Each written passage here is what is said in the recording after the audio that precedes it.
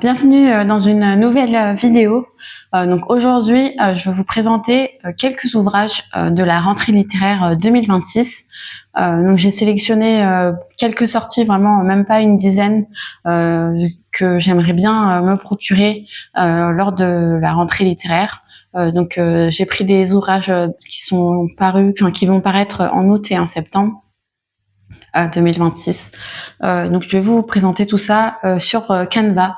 Donc j'ai préparé quelques slides pour la rentrée littéraire et je vais vous présenter tout ça. Du coup, en date du 18 août 2026, il y a le roman Sight Unseen écrit par Alexis Marie qui sort dans la collection New Adult des éditions Rajo. Donc j'ai l'impression que c'est un peu de la botanique aurore, botanique fantasy, je sais pas trop. Donc on va suivre Veda qui est victime donc d'une malédiction d'après le résumé. Et en fait elle va rencontrer le père de l'enfant dont elle est la tutrice et ils vont devoir travailler ensemble sur des meurtres magiques. Donc je sais pas, peut-être qu'il y aura ça a l'air d'être peut-être une romantasy, je sais pas s'il y a plus, mais c'est dans la collection New Adult en tout cas, et ça a l'air pas mal. Je crois que l'autrice est noire, la protagoniste l'est aussi.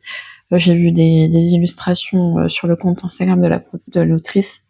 Donc voilà, il est dans mon radar.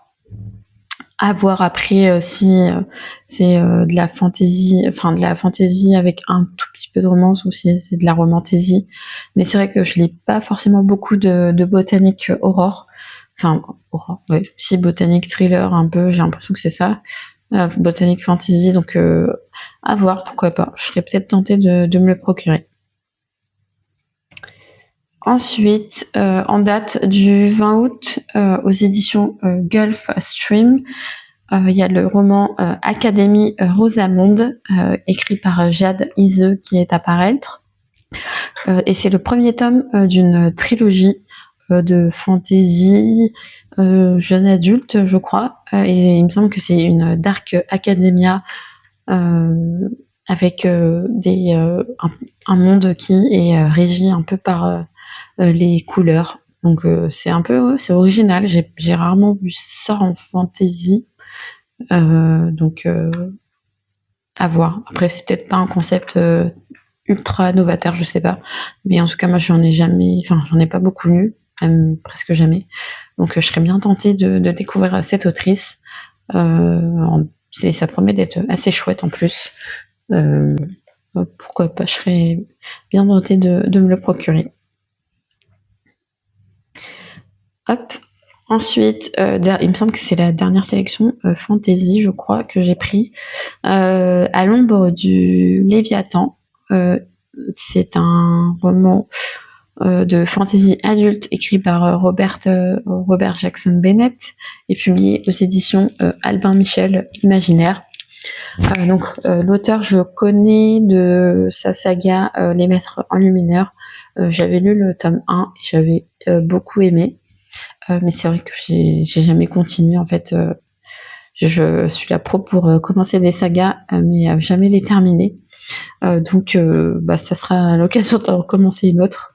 Et là, on est plutôt avec des Léviathans. Ça parle également de meurtre, voilà, il y a un peu des forces maléfiques qui œuvrent dans un empire.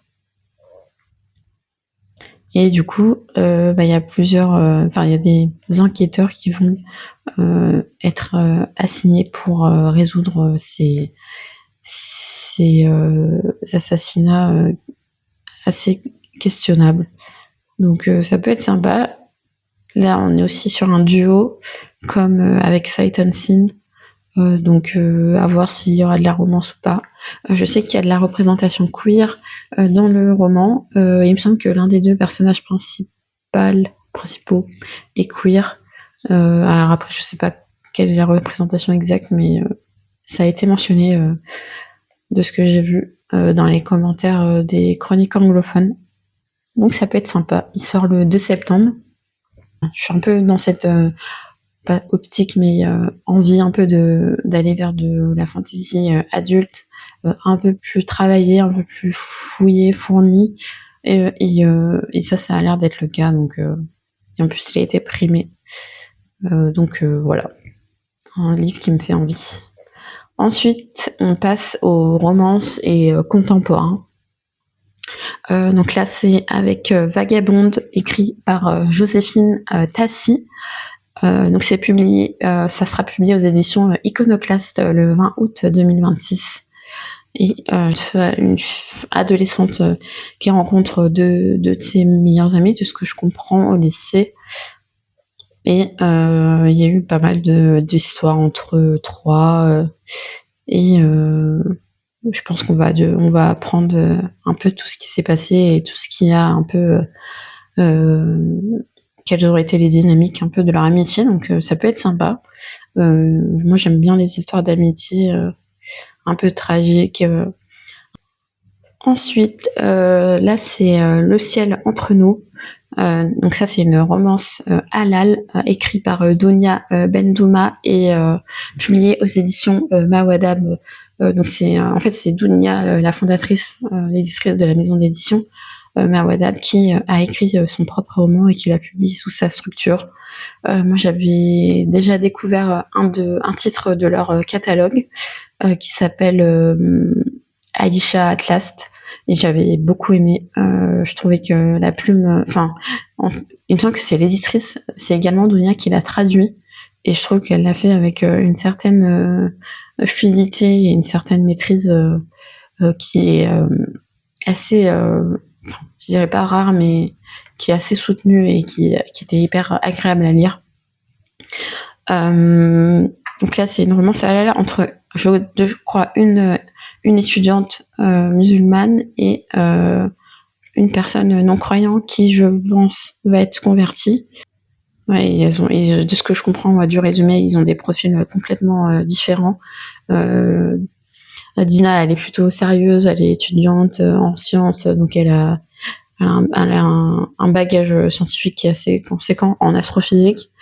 Elle a comme c'est dit dans le résumé, sa vie est plutôt tranquille et bien rangée, alors que Thomas, lui c'est un fêtard sans nom. Donc ouais, à voir comment ça. Je suis curieuse de voir comment ça va se terminer. Moi j'ai commandé le roman, était précommandable sur la plateforme Ulule cet été, et du coup normalement je devrais le recevoir en septembre.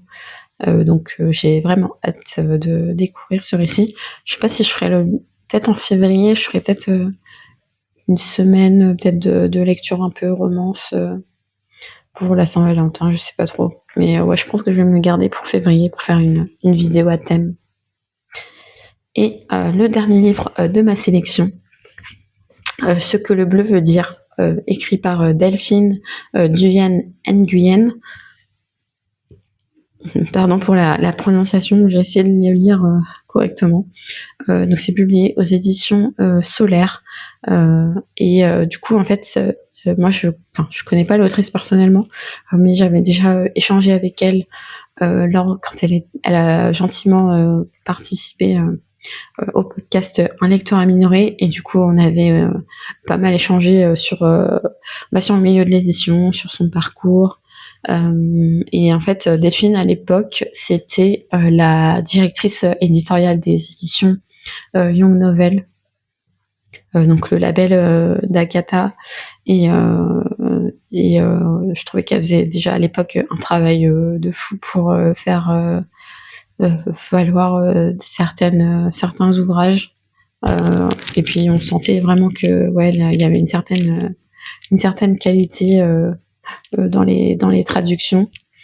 Et ouais, je trouve que elle avait fait quand même pas mal de travail, de taf, mais bon, voilà, parenthèse fermée.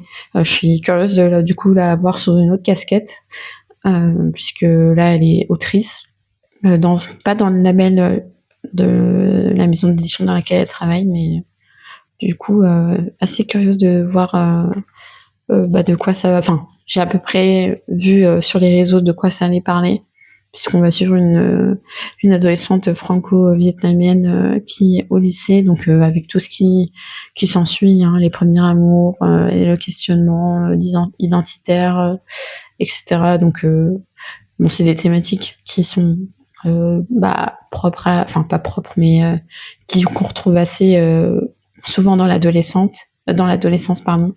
Mais c'est vrai qu'avec le fait qu'on parle un peu de racisme, enfin, du moins, on parle d'origine non eurocentrée, avec toutes les problématiques que ça implique, ça peut être intéressant. Donc, ouais, très curieuse de découvrir cet ouvrage. Je lis pas beaucoup de contemporains, mais quand j'en lis, j'essaye de soutenir des auteurs issus de communautés marginalisées. Donc, je pense que ça sera le cas.